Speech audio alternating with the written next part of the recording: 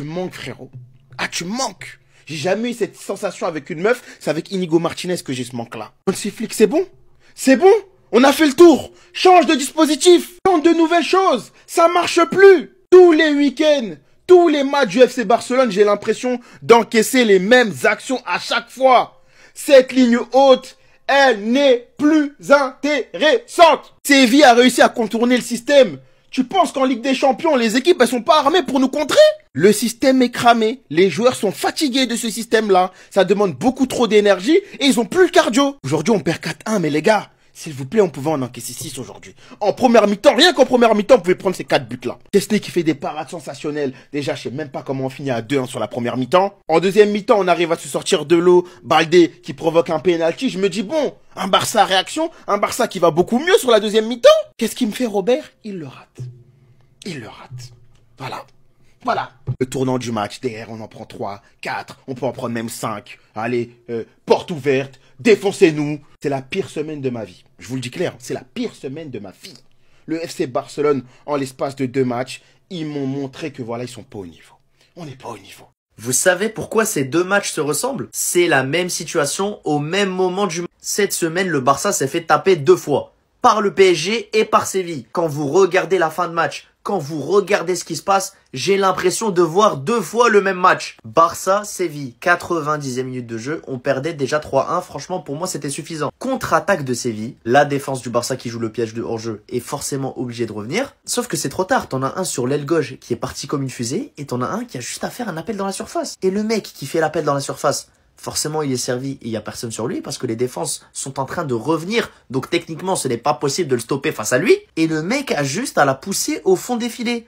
Et devinez quoi? C'est pareil contre le PSG. Regardez contre le PSG le placement d'Hakimi qui va recevoir un ballon et le placement de Gonzalo Ramos. Il sait déjà que ça va se passer comme ça. Du coup, Hakimi, il accélère et Gonzalo Ramos, il en a rien à faire. Il a juste à suivre Hakimi. Il s'en fout de s'aligner par rapport au défenseur. Il a juste à suivre le ballon. Il reçoit le ballon tranquillement et bien sûr qu'il est pas hors jeu. Et il marque le but à la fin du match. Il nous crucifie. Au bout d'un moment, Hansi Flick, il faut être réaliste. Tu te fais punir à chaque fois en fin de match de la même façon. Je dis pas que tes idées puent la merde, je suis pas coach. Mais je dis juste que là, c'est factuel. On se fait avoir 2 fois de la même façon. Les équipes voient nos failles, elles voient comment on joue, elles comprennent le piège du hors-jeu. Au bout d'un moment, il faut qu'on innove.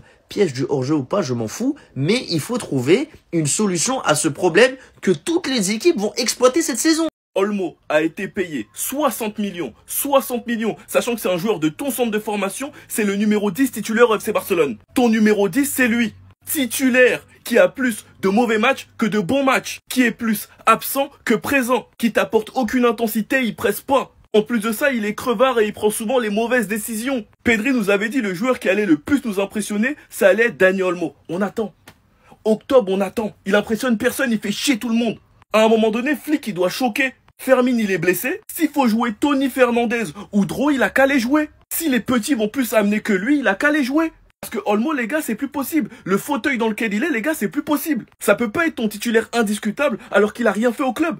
Déjà que tu joues Robert Lewandowski qui presse pas. Si en plus de ça, t'as Olmo, mais c'est normal qu'à chaque fois, on nous casse. Tu joues une ligne haute, tu veux presser haut, mais t'as 2 joueurs qui peuvent pas faire le pressing. Lewandowski parce qu'il est vieux, Olmo parce qu'il est lent. Les gars, je vous jure, ce que Dani Olmo, il fait, c'est flagrant, c'est pas possible. Quand tu sais qu'il t'a coûté 60 millions, alors qu'on a des problèmes en défense, que ce soit au poste de défenseur central ou latéral, on a des problèmes au poste d'ailier droit. Koulibaly, il est beaucoup trop jeune. Quand tu sais même que la saison prochaine, tu dois acheter un avant-centre, et que ton 10, il t'a coûté 60 millions. Et non, vous les gars, vous en pensez quoi? Ramenez-nous sur cet avant-centre, on s'ennuie.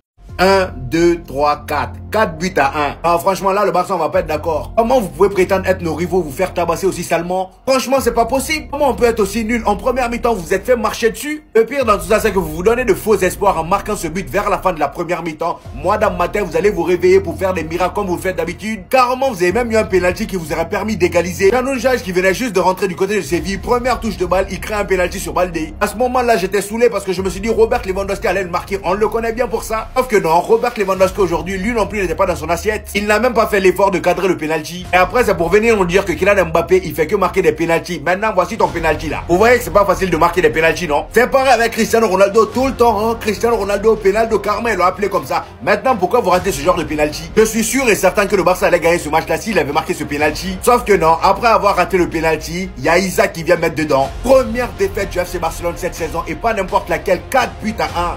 Ah, franchement, si c'est ce Barça-là qu'on va affronter au Classico, moi je dis pas non. Là, le Real Madrid, franchement, on peut être nul comme on veut, mais si on affronte ce Barça-là, croyez-moi, ça va être pire que 4-1. Après, je vais pas trop vite m'enflammer parce que je connais mes éléments. Ce qui est sûr, c'est que là, au classement, on est premier et le Barça est derrière nous. Voilà, restez là-bas, c'est votre place. On est vraiment un club de clowns, les gars, regardez-moi ça. Donc là, on a un gardien, il vient de se prendre un but, et le mec est mort de rire. Il est mort de rire, mais frérot, t'es sérieux? Faut pas lui insulter sa grand-mère à celui-là, sérieusement? Déjà, écoute-moi bien, Chesney. Déjà, je te rappelle, t'es le seul gardien de l'histoire à t'être pris un coup franc direct par Mbappé. Déjà, pour commencer. Franchement, à ta place, je rigolerais pas. À ta place, franchement, j'aurais honte. Quand on sait qu'en plus de ça, en un match, le mec, il prend autant de buts, les gars. Mais même plus de buts en un match que Johan Garcia depuis le début de la saison. Vous vous rendez compte, les gars? Est-ce que vous vous rendez compte, les frères? Mais non, normal. Le mec, il est mort de rire. Le mec, voilà, ça lui semble normal. En plus de ça, on parle d'un but où il est entièrement responsable, les frères. C'est Rémi, il était pas responsable. Non. Mais le mec, il a le ballon qui lui vient en plein dessus. Il te fait un plongeon. Un plongeon qui pue la vodka, lui aussi, les frères. Franchement, aujourd'hui, sur ce match-là, les Polonais, ils nous ont tués, les gars. Soit Lewandowski, avec son pénalty raté, ou Chesney juste derrière. Avec j'allais dire Staré. Justement, ce plongeon. Où il se rate complètement, et les gars, non, c'est pas sérieux. Je suis désolé, c'est pas sérieux. Alors franchement, on pourrait ne pas lui en vouloir. On pourrait ne pas lui en tenir rigueur parce que c'est vrai que c'est pas le joueur qui a été le plus mauvais dans ce match. Mais quand tu vois sa réaction juste derrière, pour moi, c'est insupportable. Je suis désolé, il a pas le droit. La réaction d'Hansi après la défaite face à Séville, ce n'est pas un problème de système ou de structure. On a fait beaucoup de grosses erreurs en première période, c'est désormais le passé. J'ai dit après Paris qu'il fallait apprendre et on va le faire pareil pour aujourd'hui. Certains joueurs vont revenir, on a besoin d'eux. En début de saison, il avait dit que l'arrogance tue le succès. Est-ce qu'aujourd'hui, il a ressenti la même chose? Il a dit non, c'est complètement différent. On a tout essayé, mais gagner au football ne se résume pas seulement à marquer plus de buts. Mais moi, dans sa déclaration, je retiens qu'un seul truc. Des joueurs vont revenir.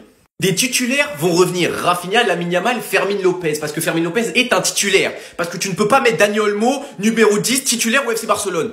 J'ai l'impression qu'on a perdu le truc qu'on avait la saison dernière. Il y a le truc en plus.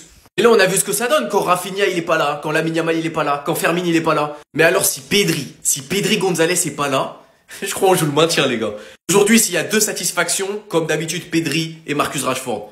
Les autres, c'est 0. Lewandowski, contre Etafé, tu m'as fait kiffer, tu m'as mis un but de chien de la casse. Aujourd'hui, t'es 0. Ferran, sur ce match, 0. Rooney, tu m'as fait kiffer. Rooney, tu dois marquer. La vie, tu dois marquer, mon gars, t'as pas le droit de faire ça. Et Dani Olmo, MDR. Dites-moi vous en pensez en commentaire, les gars, n'hésitez pas à vous abonner, vous êtes des bons de nous, on avance.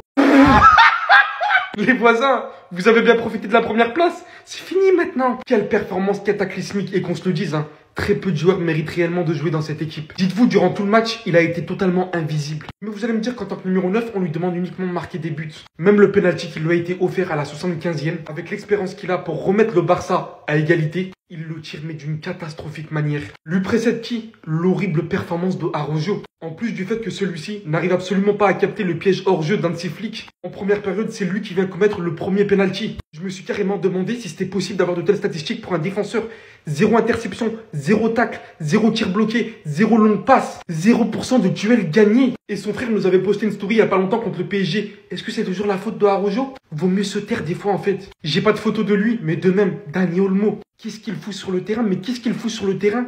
Encore plus autant de temps. C'est tellement une totale remise en question. Est-ce que c'est avec une telle équipe, avec du Gérard Martin de même, que le Barça est censé parvenir à gagner autant de choses cette saison? Sans parler bien évidemment de la Lamine Yamal dépendance qu'on ressent plus que tout au final. Les voisins, mon courage, on n'est pas ensemble. Vous avez pensé que le championnat était déjà gagné parce qu'on avait perdu contre l'Atlético Madrid. Pour vous en remettre mentalement maintenant, bon courage. La tête d'homme, on vient de perdre 4-1. La vie d'homme, on vient de se faire déchiqueter le trou de balle 4-1 par Séville. Séville, après avoir perdu contre le PSG. La tête de Wam, la tête d'homme, je câble. Je fais quoi? J'insulte qui? Je fais quoi? La vie de Wam, et même s'il y a des absences inexcusables.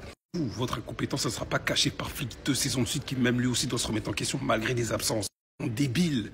Il y en a, vous êtes venus me voir pour faire des vidéos sur lui parce qu'il est sur revenu à son prime contre des adversaires médiocres, moindres comme ça. Le contenu n'était pas bon. Son frère, on va l'attraper. 7 ans, brassard de capitaine, tu fais des erreurs comme ça. En plus, tu couvres le hors-jeu, tu lèves tes mains. Tu couvres des hors-jeu, tu lèves tes mains. Imbécile. T'es là, j'ai pas guéri de ça, ni de ça. Tu continues. Dis-moi, je l'attendais un grand moment. Voilà, Lewandowski, t'avais le 2-2, tu nous rates le péno. La saison va être longue. J'avais dit, c'est pas tous les jours que le flic fera ce qui s'est passé l'année dernière. Là, à la mi-temps, on est médiocre, il n'y a pas de caractère. Ça se réveille pas. Rashford sur une étincelle de Pedri, on est là, on revient. On est nul, mais on est nul. Même si le coach de Séville en face a bien taffé, encore une fois. Mi-temps, t'as rien sur le banc. Flick, il doit faire quoi? Rentrer des Bardadji. Ils nous ont éteints. Ils nous ont éteints. Marquage individuel, en mode. Ça a marché. Ford, merci. Hein. Merci. T'es décisif depuis 7-8 matchs, merci. Merci, en fait, c'est tout. Pedri aussi, un peu, même s'il avait été un peu éteint. Il y a eu un semblant de réaction quand on est revenu à la pause, mais c'est tout. Et encore, ça a duré 10-15 minutes. À partir de nos éléments gratuitement, on s'affaiblit, on renforce mal, pas les priorités. Dans aucun monde, on a dit allez sur Grimaldo, vous mettez de l'argent sur Olmo, la vie de ma...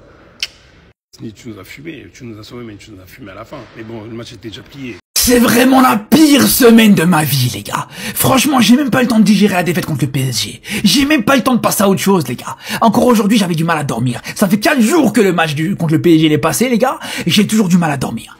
Et là, je me suis dit contre le FC Séville, une équipe très faible, c'est pas un grand FC Séville, c'est pas le FC Séville des années 2010, des années 2005, on est loin de tout ça, les gars. Et même là, alors que tu pensais que t'allais reprendre en confiance, que t'allais voir un beau match, un grand Barça, on se fait encore manger, les frères. On se fait encore humilier, les frères. En fait, on se prend humiliation en humiliation. Le premier qui arrive, le premier qui se présente devant nous, il nous tarte. Allez, ça dégage. Allez, ça nous tarte. Voilà, les gars, on est quoi? On est la victime d'Europe, la victime de l'Europe, la victime de l'Espagne, en fait, c'est ça.